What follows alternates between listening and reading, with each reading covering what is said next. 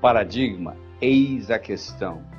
O que conta não é o que acontece com você, mas como você responde ao que acontece com você. Posso ter dois indivíduos que vieram da mesma família. Um acha que a infância foi uma maravilha, o outro acha que foi um inferno. O que conta não é a sua experiência, é como você reage à experiência que você tem. E essa percepção é a sua atitude. A sua atitude determina isso.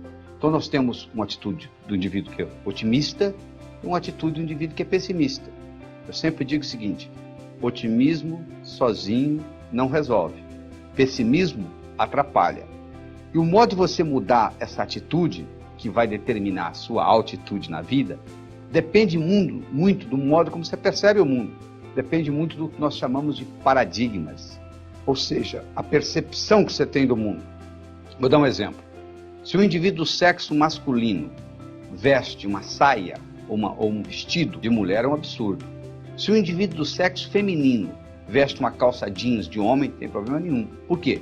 É o paradigma vigente na nossa sociedade que mulher pode usar roupa de homem, mas homem não pode usar roupa de mulher. Não é verdade? Isso é um paradigma. Isso não está escrito em lugar nenhum. Mas é o modo como uma coisa é percebida. O paradigma está para nós igual a água está para o peixe. O peixe que nunca saiu da água, ele não sabe que existe água. Porque só vai saber que existe água quando ele souber o que não é água. Porque o nosso cérebro conhece por comparação, conhece por analogia. Então, se ele não sabe o que não é água, ele não sabe que ele vive na água. Se você não está vivendo num paradigma diferente, você não sabe que você vive num paradigma. E aquele paradigma determina o que é possível e o que é impossível na sua vida. E o paradigma, de um modo geral, está ligado com um paradoxo. Quando você depara com um paradoxo, é hora de mudar o paradigma. Quando a situação se torna paradoxal, o único jeito que você tem é criar novos paradigmas. E os paradigmas vão se tornando obsoletos. Essa que é a realidade. Então, na época das carruagens, ganhava dinheiro quem fabricava carruagem, quem fabricava roda de carruagem. Depois que o Henry Ford introduziu o modelo T, todo mundo passou a andar de carro, não adianta você fabricar roda de carruagem mais. Hoje você tem que fabricar pneu, não é verdade? Porque houve uma mudança no paradigma.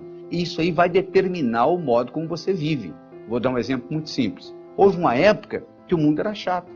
Até que Nicolau Copérnico matematicamente provou que o mundo era redondo. E Cristóvão Colombo comprovou. Quando o mundo era chato, era impossível você fazer uma viagem de volta ao mundo num mundo chato.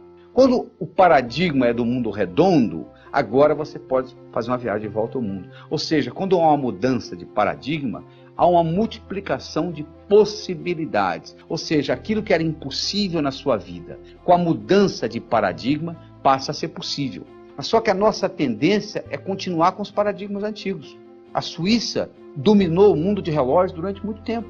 Quando o relógio eletrônico, que provavelmente você está usando aí no seu pulso, foi inventado, houve um grande problema na Suíça, porque quem inventou o relógio eletrônico não foram os japoneses, nem tampouco os americanos, foram os suíços.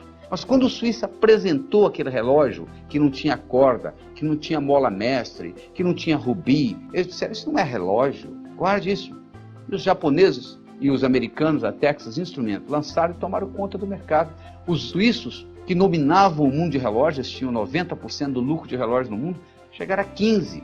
Eles tinham 65 mil funcionários, chegaram a 15 mil, tiveram que mandar 50 mil relojoeiros embora, ficaram desempregados, porque houve uma mudança de paradigma.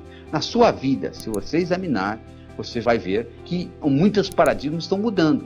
E se você não acompanhar com essa mudança, você vai ficando para trás.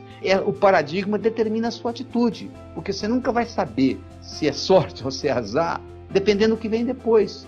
Se eu chego num cassino, você está jogando, você está ganhando $1 milhão, você diz para mim assim: ganhei $1 milhão, eu pergunto: você já parou de jogar? Você diz: não. Você não ganhou ou perdeu até que você tirou as fichas da mesa. E aqui na nossa vida, nós tiramos as fichas da mesa quando nós morremos, quando nós transcendemos, quando nós mudamos o nosso endereço cósmico. Essa que é a verdade. Só aí que nós tiramos a ficha da mesa. Porque às vezes uma coisa que parece azar é sorte, parece sorte é azar. O tempo dirá. Então, por isso que essa atitude positiva, de você estar sempre vendo os dois lados da coisa, é muito importante. Então, o que hoje é impossível na sua vida, é impossível baseando-se no paradigma que você vive. Se você mudar o paradigma, as possibilidades se multiplicam. E todas as vezes que você mudar o paradigma, você não quer mudar, porque mudando você está declarando que você está obsoleto.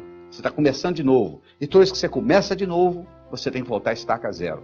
Os suíços, quando finalmente se deram conta que tinham que entrar no mercado do relógio eletrônico, eles tiveram que aprender eletrônica com os japoneses e americanos. Todo aquele know-how que eles tinham de implantar mola mestre, rubi e etc., não serviu de nada. Eles tiveram que começar de novo. Então você tem que estar preparado para, na hora que você fizer essa mudança, você tem que estar aprendendo novamente.